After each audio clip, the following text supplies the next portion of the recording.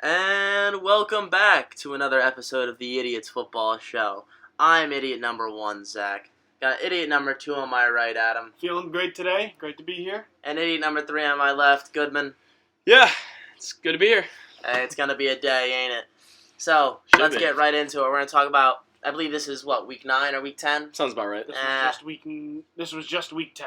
I appreciate you, Adam. So, we're going to talk about week 10 NFL football.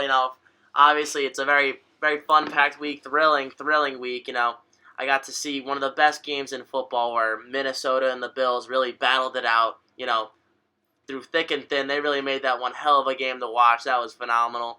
We saw the last of the undefeated die out this week in my birds, all sadly. And, let's get right into it. All right, so first off, we're going to lead off with the Philadelphia Eagles taking on the Washington Commanders. Now, I'm sad to say that the Eagles are no longer an undefeated team, but you know what? Like my friend Goodman had previously stated to me, it's better to get this loss out of the way early, to get this, to get this junk off you, because we looked miserable. We looked absolutely abysmal. I mean, for a team that's been so effective at moving the ball up and down the field, I didn't see too much of an issue moving the ball up and down the field. I saw a big issue on converting third downs and sustaining football drives. They really weren't able to, keep their momentum at any point, no matter what the big play was. And on top of that, they just consistently looked sloppy. Maybe that's because they didn't have a lot of time of possession on offense, and Washington truly dominated that front. Or I don't know. Maybe they just didn't come out with everything they had, and a little adversity got thrown in their face, and I think it's a good thing. They get to kind of learn from that, overcome that, and take some steps to become a better football team going forward. So, what's really crazy is usually when a team loses that time of possession battle so bad, a lot of the times I feel like it's the quarterback that does not play very well. And although Jalen Hurts' stats itself don't look very good, if you watch the game, just the eye test, he did look very good. But what hurt him was two of his receivers fumbling the ball after the catch.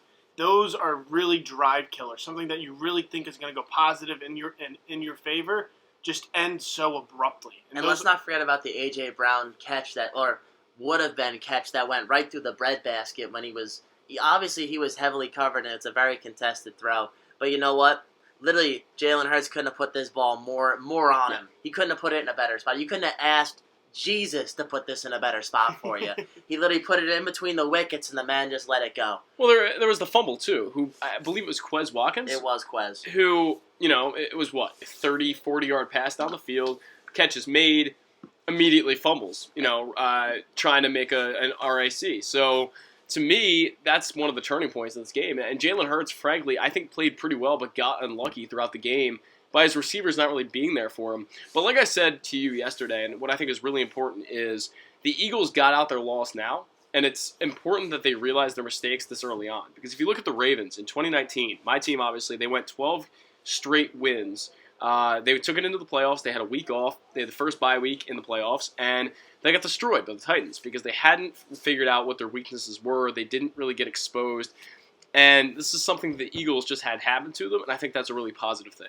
I very much agree, especially for a young team, a team that, they've acquired a lot of pieces from this previous offseason that weren't here before. So, this is a true test for the Philadelphia Eagles as a team, to see if they can come together and really, battle it out, or if they're going to be able to keep winning games, or if they're just going to die out and this is going to be it. We're just going to have the first half Philadelphia Eagles and we're going to call it a season. Now, obviously, I don't think it's going to be that way.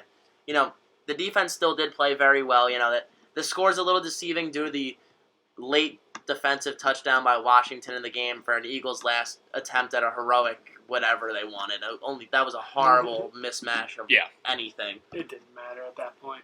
No, it didn't. But you know what, though? I mean, I think one thing that we really got to see in this game, and something that I've seen throughout the season, I would really like to hammer home, is that the Eagles have a very, very weak run defense. Yeah. And it was very evident. Yeah. Now, granted, the average, the yards per carry this game were not very high. We saw Brian Robinson and Antonio Gibson really maintain under that 3.5 mark of yards per carry. I mean, but hell, you saw how effective running the rock against Philly was. It really kind of it destroyed them over time. It really bruised and battered that defense and led to a lot of breakaways. And you know what? I think something also can be said for how great Terry McLaurin was in this game. Yeah. The offense was run the ball 1,000 times. All right, that's not working. Just throw it to fucking Terry McLaurin and he'll catch something. Yeah, I mean, he'll get something. He's working against Darius Slay the whole night, and we know Slay has been really a top 5 corner in the NFL for the past 2 years. Slay's been excellent. And Slay got exposed. And he did. I mean, Terry is he's not the fastest guy in the world, but he has great hands and he's a great route runner. He has that combination of being that kind of guy, almost like a Brian Hartline, if you want to throw out a name that kind of reminds me.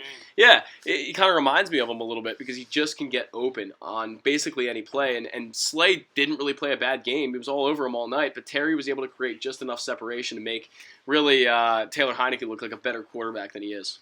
You know, I really got to give it to the Commanders. They played a phenomenal game, and you know they did the one thing that I think they knew that could beat Philly, and that's time of possession. Yeah. I mean, we saw it in the first half where I think Jalen Hurts maybe had the ball on offense for 5 minutes and had scored 2 touchdowns, and the time of possession game was being dominated by the Washington Commanders all game long, to the point that it was almost embarrassing. Like, it's impossible to win a game when when in the first half you're letting up over 20 minutes of ball possession time be to the other team. I mean, you're not setting yourself up for success, especially in the link. And I'm surprised, if anything, that they lost in the link. But you know what? This obviously seemed like a trap game, and some of these other games have seemed like a trap game. But I think more said is I'm excited to see how Philly battles these next upcoming games. Yeah. They're going to be playing the Colts next week, which I know they have Jeff Saturday. It's a little weird. People, that team's a little shaky, but they do have Jonathan Taylor. Yeah. So I'm a little worried about how he's, going to run through that Eagles defense. Then we play Green Bay, and although Green Bay hasn't been good, they got Aaron Rodgers, and that's a guy who's been able to pick apart teams no matter how good or bad you are. And then finally we play a team like Tennessee, who's really going to give us another very, very difficult time, especially on the ground against Derrick Henry. Now, I want to see how resilient this team is going to be, and I think this next stretch of games for Philadelphia is really going to make or break how good they are come playoff time and whether or not I'm gambling on Philadelphia this playoff season. This was a great learning experience for Sirianni, I think. I think coming into this game, Ron Rivera had a plan, and he executed it, of controlling the ball possession, running the ball, having really short third down plays that were very easily convertible. While Sirianni came into the game acting like the better team and just thinking that everything's going to go his way, as it had all season, and it didn't. And I think this is a perfect game for them to finally learn from, as we can say. Look, for these bad QBs, I think you said it really well. They came in with a game plan. Taylor Heinicke isn't a good quarterback. But if you make him make the easy throws, he's going to become a good quarterback. And that's what they did last night. They had guys open pretty much consistently throughout the game. And whether it was Terry McLaurin or someone else, guys were open all night. And they were able to make Taylor Heinicke get the ball out of his hand quick, make the easy open throw, not really take any chances. They didn't take any chances. They, like you said, everything was short, kind of over the middle, and that's frankly what they needed to do, and it was really effective. I mean, this is a team that ran the ball 49 times last night. 49 times. Yeah. You never see that in a modern-day game. And then when they threw, it was short, too. It was so, effective. It was short, or it was at Terry McLaurin. It was one of the two. And you know what? Terry McLaurin was the only guy that had more than three targets for the Commanders in this game, and he really did demand targets. I mean, he was open multiple times, really exposing Darius Slay, and I think that's going to be something that we'll have to work on going forward. Now, talk a little bit about the Eagles. I think I have a big issue with our offensive game plan of just deciding to not run the ball whatsoever in the first half. I really didn't understand that. I think we had a total of 3 or 4 carries through the first half with 2 to Miles Sanders, 2 to Boston Scott, and maybe, if that, we had 1 to Hurts. I mean, it looked very uncharacteristic of the Eagles to do that, and I really wasn't a fan of that whole game plan. And then deciding to open up the run in the second half, I think that would have been something that would have been way more effective had we started doing that in the first half and really use that to control time of possession a little bit, control the clock, not give them as many opportunities to do what they do, to do what the Commanders did last night. So, that's another thing to be said. Now, I think something that people really haven't brought up is that A.J. Brown did not look very good last night. And when I mean not look very good, I mean there were times where he looked like he was playing hurt. And I can't say that I don't know if he was, and I don't have any information, but it really did look like at points he was playing hurt. And I don't know how to combat that. And Obviously, we just saw that Dallas Goedert went down, so this is going to be a guy we're really going to need to step up going forward and really need to make sure that he's healthy, because otherwise we're going to go back to last year of being a team that really only has one receiver on this entire squad, especially with Dallas Goedert being out for the next 4 weeks. Yeah, there was that, I think it was A.J. Brown's first target where he had a ball thrown to him out of bounds and he limped off the field. Yeah. And I think that's really what set him off the entire game. You're right. Yeah. He did not look like himself. His routes weren't looking very complete. And thank God for Devontae Smith for stepping up his game, made a lot of good catches, and I guess Quez Watkins from having a couple big gains. Well, although he Quez fumbled the Watkins' ball. 40-yard pass, which made up over half of his reception yard total. If he didn't fumble it, we would have actually been in great position. That was right. Totally at the end changed of the game. momentum. Oh, 100%. I mean, when you do that with a handful of minutes left in the fourth quarter, that was really their final offensive drive that they were putting anything together. He fumbles that ball. They take possession, and then we end up seeing a horrible play by Brandon Graham at the end of the game. Yeah. Previous Eagles Super Bowl savior.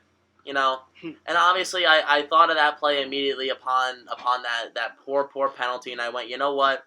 Look, this guy's paid dividends for us in the past, so I can't blame him. But at the same time, I go, I saw you take 4.5 steps, buddy. You got to veer away from the quarterback at that point. I know it was an awkward kneel, I know, but you really have to be aware of your surroundings in that game, and that was very evident that he was not. I want to make a mention, though. Taylor Heineke made a really smart play there. Oh, he did. That was one of the smartest plays he could. I mean, he if he takes the sack, he risks the fumble, number one, because you never know. You get hit that hard, you just never know. And he gave himself the opportunity to get that penalty, and he did. That was actually a really heads-up play.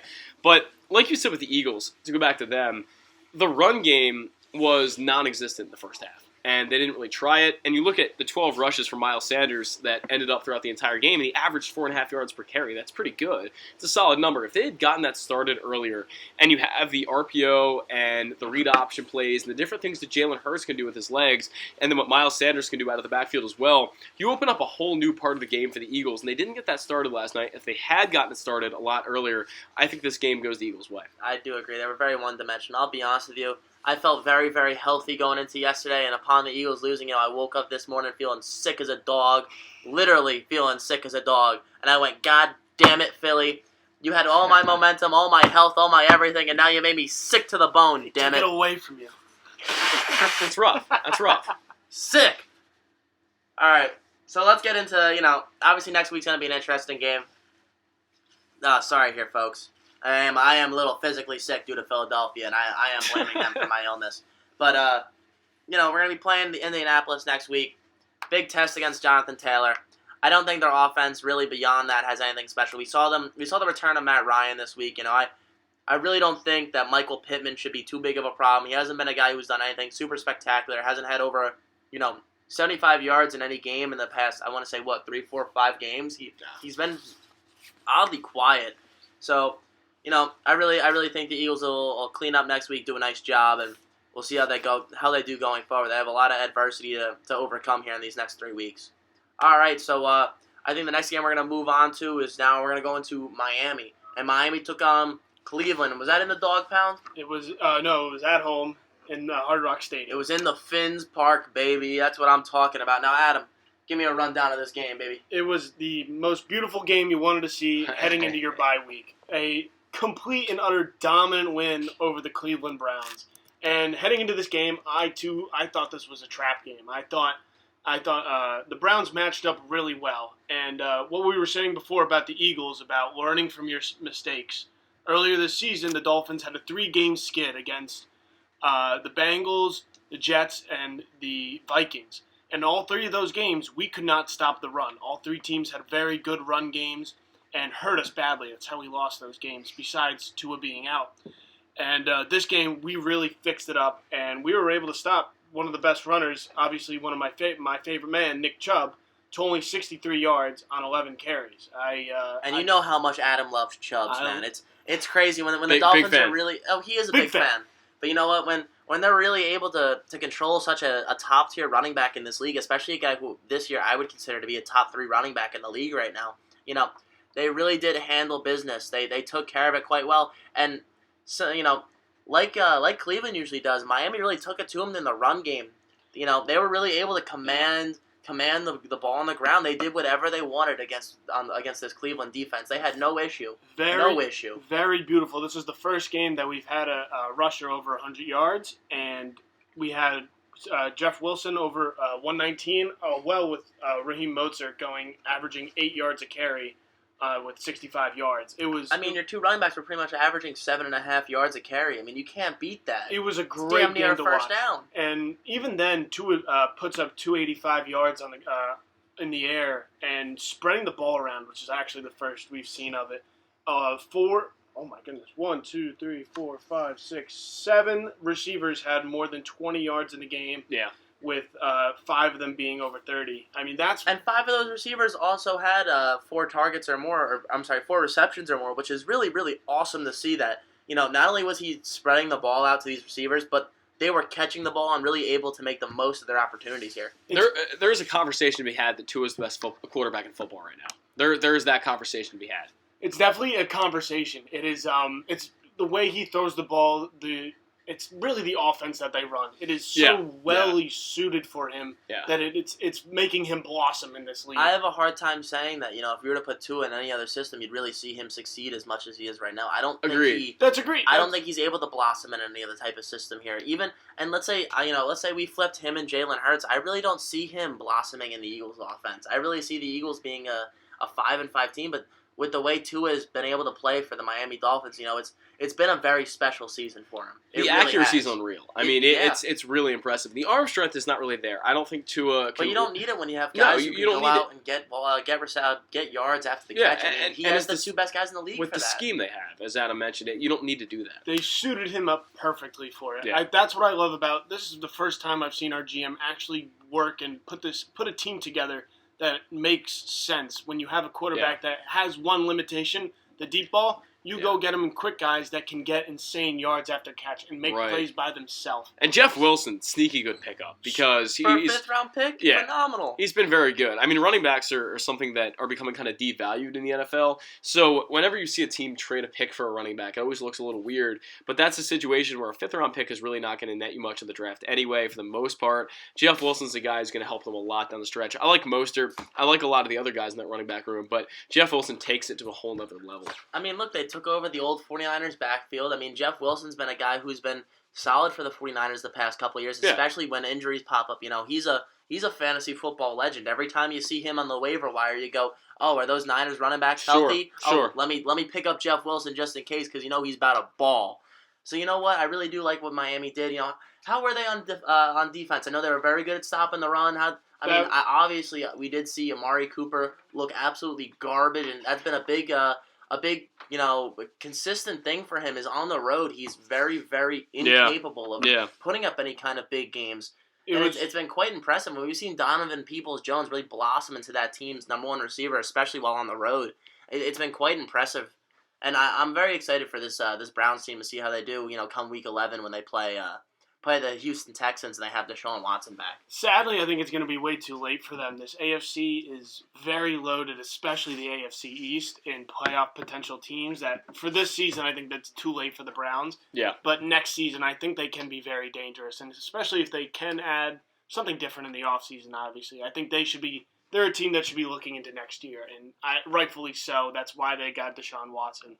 Yeah, I'm not a big Browns believer. The talent's there, but they never seem to put it all together. It's very true. And I do like Stefanski. I think he's coached them very well. And he's kind of adopted the Mike Rabel model in a lot of ways, where the offense under Baker Mayfield and Nick Chubb was very similar to what the Titans do with Derrick Henry and Ryan Tannehill.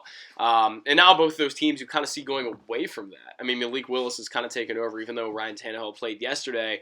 It seems like, or 2 days ago, I should say, it seems like Malik Willis is going to be the guy there. Now Deshaun Watson's taken over the Browns after Jacoby Brissett, finishes while he's still being suspended here.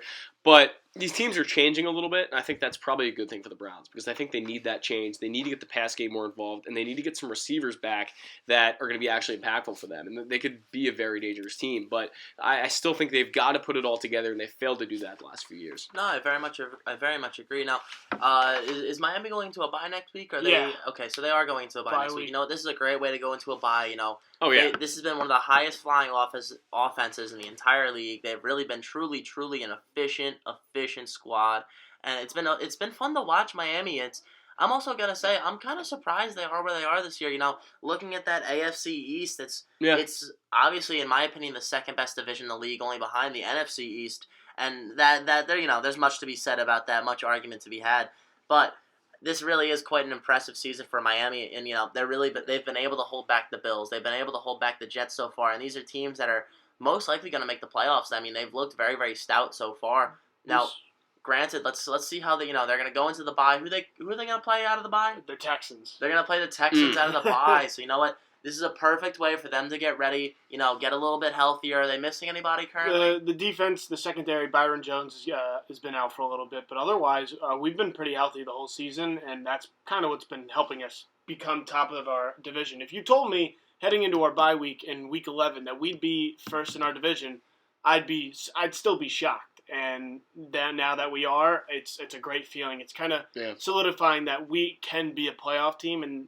not even just be a playoff team. That you're a real deal team. A real deal team. Somebody that's going to win a playoff game, maybe even two, maybe even get pretty far into it. And I am very excited for this first half of the season. As all Miami Dolphins fans should be. Very. So now we're gonna move on real quick here. We're gonna end up circling around to our favorite Baltimore Ravens. Now, Goodman, who are they playing out of the bye this week? We got the Panthers coming up. Panthers. All right, this should be a nice little game for them. A nice little get things right, get everything going, come out of the bye. It should be a good game. So do you believe Mark Andrews is going to be back for this next game, or is he going to be out for another game? So I think he could be, and he even said he could have played last game, the Saints game on Monday Night Football last week. He said he could have played it. He didn't, and I almost feel that he's going to be in that same situation where he can play, but he's either going to be very limited or John Harbaugh doesn't let him play at all because it is the Panthers. And Isaiah Likely stepped up big time for the Ravens. He's been really good in these past few games. Ever since that Bucs game a few weeks ago, he's been excellent. And I think they're going to probably try to save Mark Andrews as much as possible. He is the number one target. He is really half the offense, and they need him. So I think they're going to try to save him. No, 100,000%. I'm very excited for this Ravens squad. They did pick up Roquan Smith, a guy who's, I really, really enjoy watching. He's a special linebacking talent, and really, I would say he's one of the top linebackers in the league, especially as we saw, Shaquille Leonard, previously known as, what was his name before? He had a different name. You know what I'm talking about? I don't remember. The Colts middle linebacker had a different name. Now he's. Was it Darius Leonard? It was Darius Leonard. Now he's Shaquille Leonard. It's a little confusing when I look at the stat sheet, but I'm still getting there, folks. So it's it's looking good. It's looking up. I really am excited for this Ravens team moving forward. I think they got some special things, especially if Gus Bus can get back, get healthy. Yeah. You don't have to rely too much on Kenyon Drake, a guy who I think is not a bad running back, but a guy I think is not really a number one running back. A guy who's not going to replicate performances like he did previously, where he's able to score 2 touchdowns and run for a gajillion yards. It's not an easy thing to replicate week in, week out. The Ravens' offense is a very volatile offense, and they really do, besides Mark Andrews, get it to whoever they can get it to, and really hope they make some plays here. This bye is huge because so many guys are getting healthy. Gus is coming back. You've got Mark Andrews. Again, we just talked about him, but he should be back very soon. David Ojabo makes his NFL debut. Exciting. That's going to be great. And Tyus Bowser played his first game with the Saints, or against the Saints, and then he will be, I guess, involved more in the defense on more of a every snap basis come the Panthers games. That's very exciting for the Ravens. They have a lot coming back. And there's really more to get healthy. I mean, Marcus Williams down the stretch, really one of the best safeties in football, isn't even playing right now. And Geno Stone has stepped in and played really well. He has played some excellent football. A former 7th-round pick who's really stepped up. I believe he was out of Iowa, and he's just been really good. So Marcus Williams comes back. J.K. Dobbins should be back in about 3 weeks, which is, again, really, really good for them. They're getting healthy at the right time, and there's a great chance they go 7-0 because they've got the Panthers, Jags, Broncos, Steelers, Browns, Falcons, Steelers, and Bengals. They're in a really good spot to go and win out.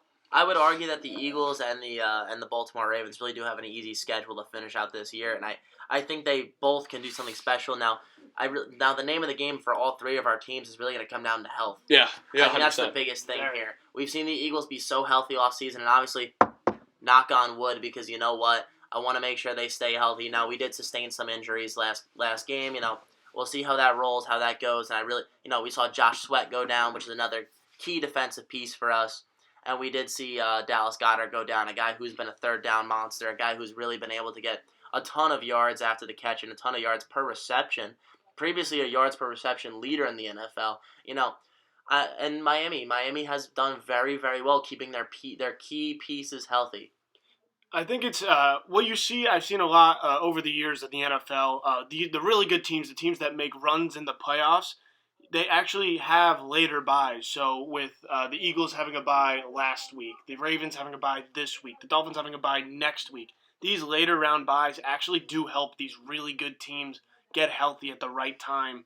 So it's almost like it's actually splitting up the season perfectly in half. You play the first half, you take a long break in the middle, get healthy, and you play the second half of your best football possible. Exactly.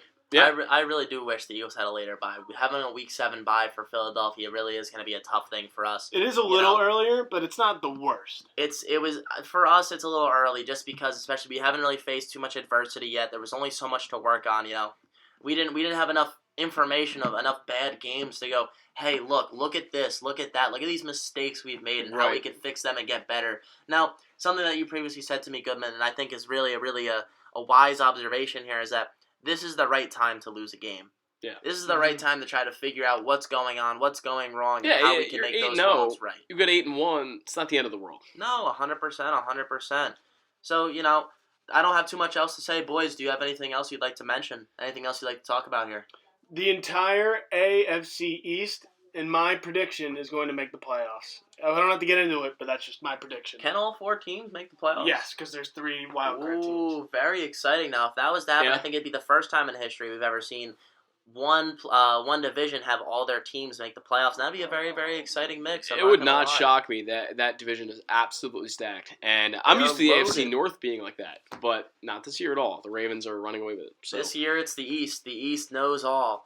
So it's very well possible for the NFC East, too. 100%. It could be. You know what? I don't see the Commanders truly making a run. I think they've been a stout team, when they've had to be, but I could see the Commanders kind of falling apart here. Now, granted, they did just beat Philadelphia, and I don't have much room to talk, but I do think that there's going to be an interesting split. I think one of these teams in both divisions is going to fall apart. And do you guys have any? I have a prediction on who I think in each division is going to fall apart. I think the Giants are falling apart. What about in the AFC East? Do you have a team there?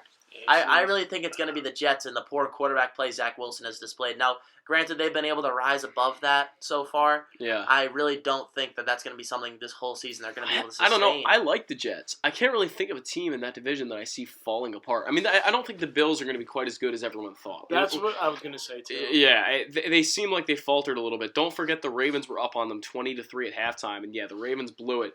I don't think the Bills are the team they have been the past few years. I think they're pretty good, but they're not excellent. So I wouldn't say they're going to fall apart. Yeah, I think they're going to definitely look a little weaker. Josh Allen looks like he's battling an arm injury, which could definitely hurt a quarterback in his throwing arm. Not only that, just it could derail an entire team's season. Exactly. And they lost to the Jets, by the way. I should mention that they did. So who has been a good team, but I still do. I don't know. There's just something about the Jets that I don't like, man. Zach Wilson. What it is. Pretty, you know what? pretty straightforward. It is Zach Wilson. That's the only thing about the Jets I really don't like. Yeah, he's not good. If they could rise above his quarterback play, which they've been doing, I think they're going to have a special season. And in the NFC East, I really do think the team that's going to end up falling apart here is, I think it's going to be the Cowboys. I would agree with you on that too. I would definitely. I think their quarterback play is not being very well. Dak Prescott's not looking like a really good. He's always been just like a great game manager. Yeah. He's not even looking like that right now. Throws for a lot of yards, doesn't really do much. I would argue Danny Dimes has been playing significantly better up to this point. And Danny Dimes has really just become a game managing quarterback. Yeah, he is. You know what? Has gotten the job done on a really, really not so talented Giants roster that, Brian Dable's really carried this team through Oh, and yeah. through this entire season. I think that's something that good coaching is really going to help them for the rest of the year, especially, with the style of play they play. Mhm. I think this, coming up here, we're really going to see over the next couple weeks what teams are going to stay and what teams are going to go and how this playoffs is really going to shake out moving forward. I would argue the Giants are the least talented 7-2 team I've ever seen. you They might be right on Yeah, that. they don't have much. He just Daniel Jones can rely on Saquon, and the offense is built so much around Saquon that I think it distracts a lot of the other targets away. It distracts away from him, is what I'm trying to say. So you get guys like Kadarius Toney, you can actually, or not Kadarius Toney, but what's the word? Darius Slayton. Darius Darius Slayton is Slayton. the guy I'm looking for at a really big week this week. It distracts from guys like him, and he's able to make bigger plays. And Daniel Jones, who's not a very good quarterback, sometimes can use that to his advantage and actually look like a halfway decent quarterback. No, 100%. Now, normally I would have a theme of the week to talk about here, but I'll be honest with you, I'm so distraught and still sickly from my Eagles loss that I totally blew that all out the window this week. So I'm sorry about that, folks. We'll be getting a theme of the week going on next week. So, I'd really like to thank all you guys for listening today. I really appreciate you. Anybody who tunes in to the Idiots Football Show and listens, you know what? You got a special place in my heart. We really do appreciate you here in the studio. Now, I'd like to thank all of you. I'm idiot number 1. My name is Zach. Idiot number 2. Fins up, baby. Great to be here. And idiot number 3. Let's go Ravens flock, beat the Panthers. Hey, that's what it's all about. Thank you, Idiots fans. We really appreciate you being a part of the family. And go Birds.